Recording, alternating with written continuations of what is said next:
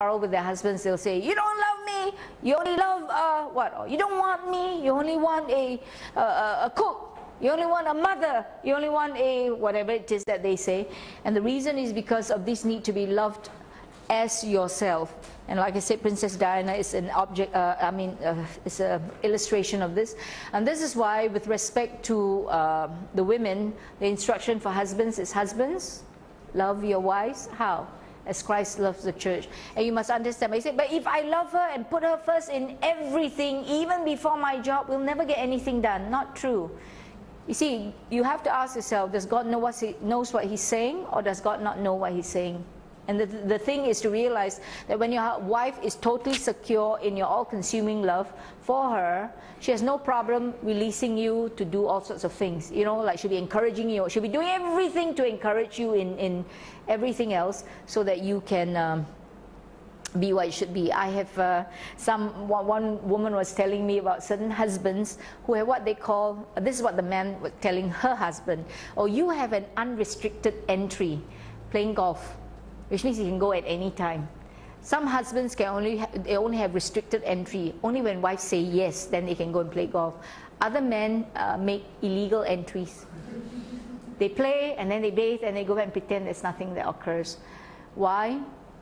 A lot depends on whether their women trust them a lot. There's some women who just hold so tight because they have this fear.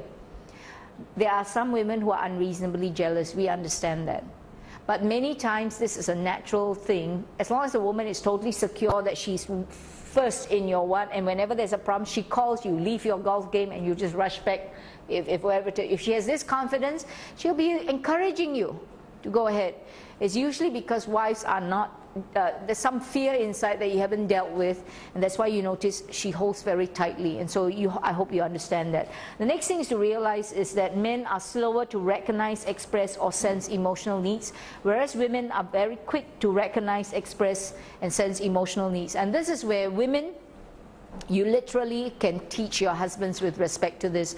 Why I say this, this has a scriptural basis, because in Genesis, you understand, very interestingly, let me just show it to you a little bit, because I want to show you some of the things that I say here. This one has a scriptural basis, because in Genesis chapter 2 verse 18, the Lord says, it's not good for man to be alone, I'll make him a helper suitable for him. Now remember, this is God's purpose. I'm going to make a man, for the man, a helper suitable for him. But then immediately what did God do? God brought the animals to the man and make the man name all the animals, right? And can you imagine, when did the man know that he was lonely?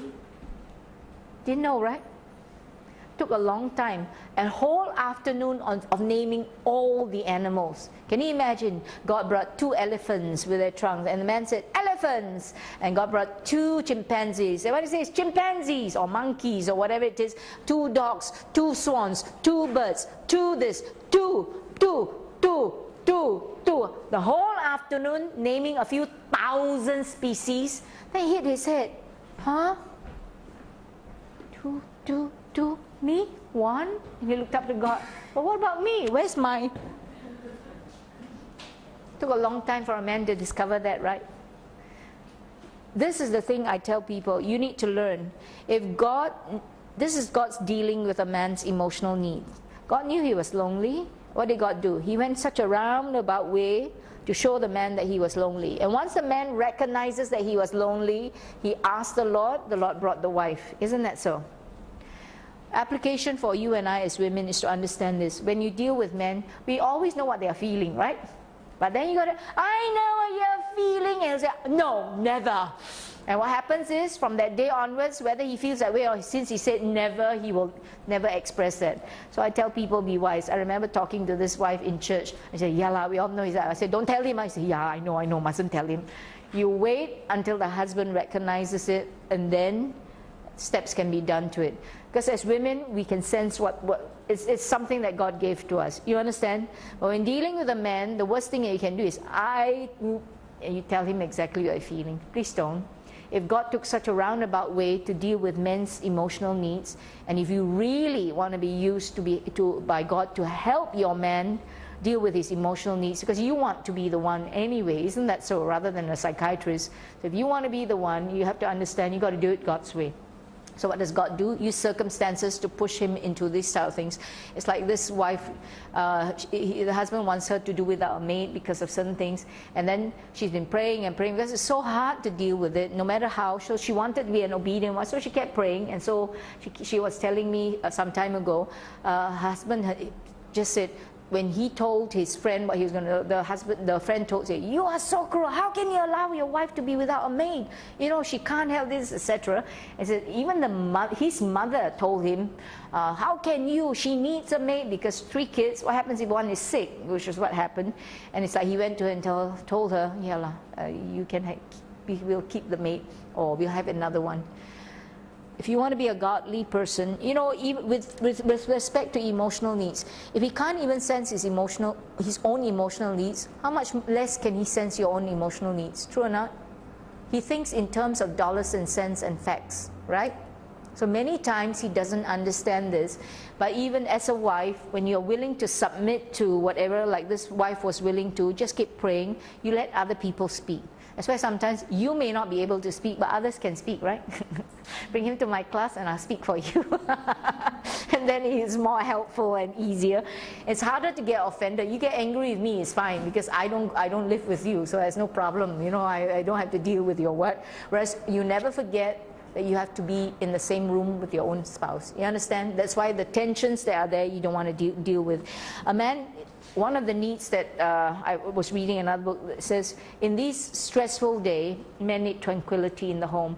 It's very interesting, they did a survey just to ask men what is it that they needed. And in most cases, men, we just want peace in the home. So can you imagine, you go from a stressful working world, you come back and there are more and more quarrels. Can you see, you know, no rest for the man, and it's very difficult. Whereas what does a woman need? A woman needs romancing, huh? So you men, you may not worry about the anniversaries or this, and she does need romancing. You at least thank God there's a day called Valentine's Day for you to remember, right? Other days called birthdays and whatever for you to create special getaways and things like that. Because a woman has a need to be courted most of the time. It's a need, huh? It's not just a appendage that you can throw away. But some women have come to this point where I forget about my husband, the most unromantic person in the world, forget about all these things. So they have learned to live without, which is true. But remember, if you want to enter into the fullness of what marriage should be, the free give and flow, you should be able to help one another fulfill the needs that you have. You understand? So these are some things that you want to deal with. A good book for you to read in order to understand this is The 5 Love Languages. I forgot his name, Gary somebody. Anyway, huh? Oh, Chapman, that's right. Words of affirmation, quality time, giving, acts of service, physical touch.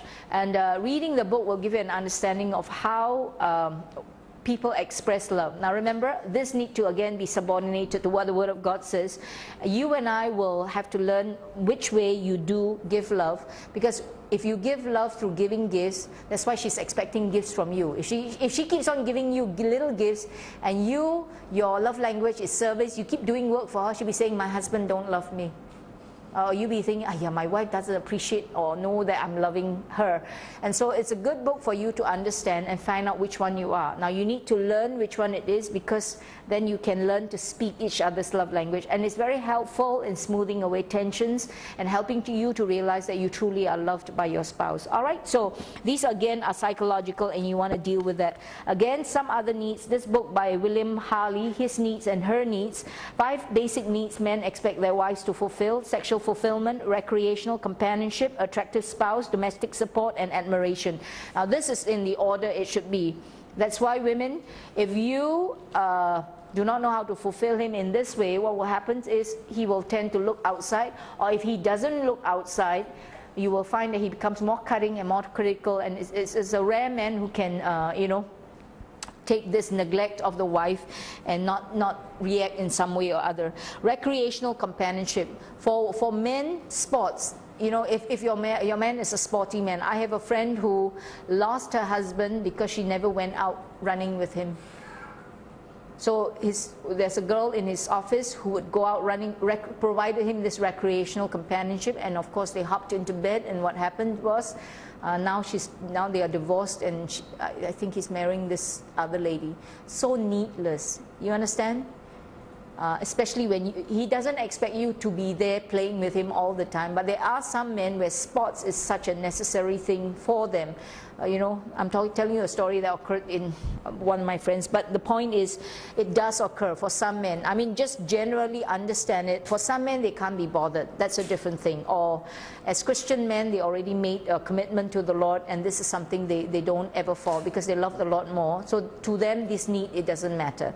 Generally, you will find that this is as it is. They need an attractive spouse. They want people to be, you know, your wife, wow, your wife is a whatever. You feel like, wow, I got a prize, you know.